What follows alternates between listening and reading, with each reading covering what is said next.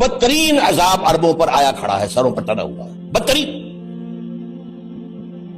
ایسی جنگ ہونی ہے الملحمۃ العظمیٰ، جس کو کہ میں بھی آپ کے گواہی پیش کر دوں گا، جسے کہا گیا دی لاسٹ کروسیڈ۔ بش نے بھی کروسیڈ کا لفظ بول دیا تھا، پھر واپس لیا اس نے۔ نکل جاتی ہے جس کے منہ سے سچی بات مستی میں، فقیہ مصلحت بین سے اور ہندے بادہ خار اچھا، کروسیڈ کہہ کر پھر واپس لیا۔ یہ کروسیڈ، اس کے اوپر جس قدر نقصان ہونا ہے عربوں کا، گریٹر اسرائیل بنے گا، عراق، شام، اردن، سعودی عرب کا کچھ شمالی علاقہ، ترکی کا جنوبی علاقہ، مصر کا صحرائے سینا، اور اس کے ساتھ ہی جو بہترین اس کا زرخیز ترین علاقہ ڈیلٹا آف نائل، یہ سب یہودیوں کے قبضے میں جائے گا۔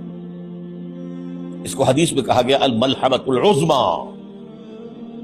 عیسائی 80 علم لے کر مسلمانوں کے اوپر حملہ آور ہوں گے، اور ہر علم کے نیچے 12,000 فوج ہوگی، 9.5 لاکھ فوج۔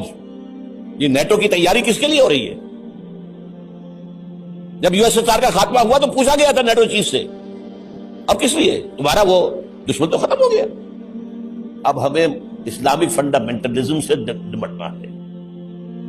وہ جانتے ہیں خطرہ یہی ہے، اب اسلام ابھر سکتا ہے، مسلمانوں کے سینوں کے اندر وہ آگ ہے، اوپر خاکستر آ گیا ہے، تمہیں اٹھانا بیٹھنا، یہ اندر تو انگارہ ہے، اوپر سے راکھ ہے، اسے دھوکہ نہ کھا جانا ان کے دلوں کے اندر۔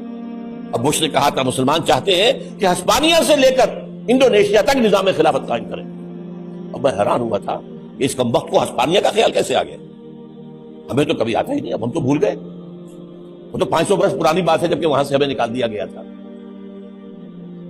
اگرچہ اقبال نے کہا تھا ہے ارض فلسطین پہ یہودی کا اگر حق، ہسپانیہ پر حق نہیں کیوں اہل عرب کا؟ ہسپانیہ میں تو 800 سال حکومت کی مسلمانوں نے، اور ابھی 500 برس سے گزرے ہیں نا۔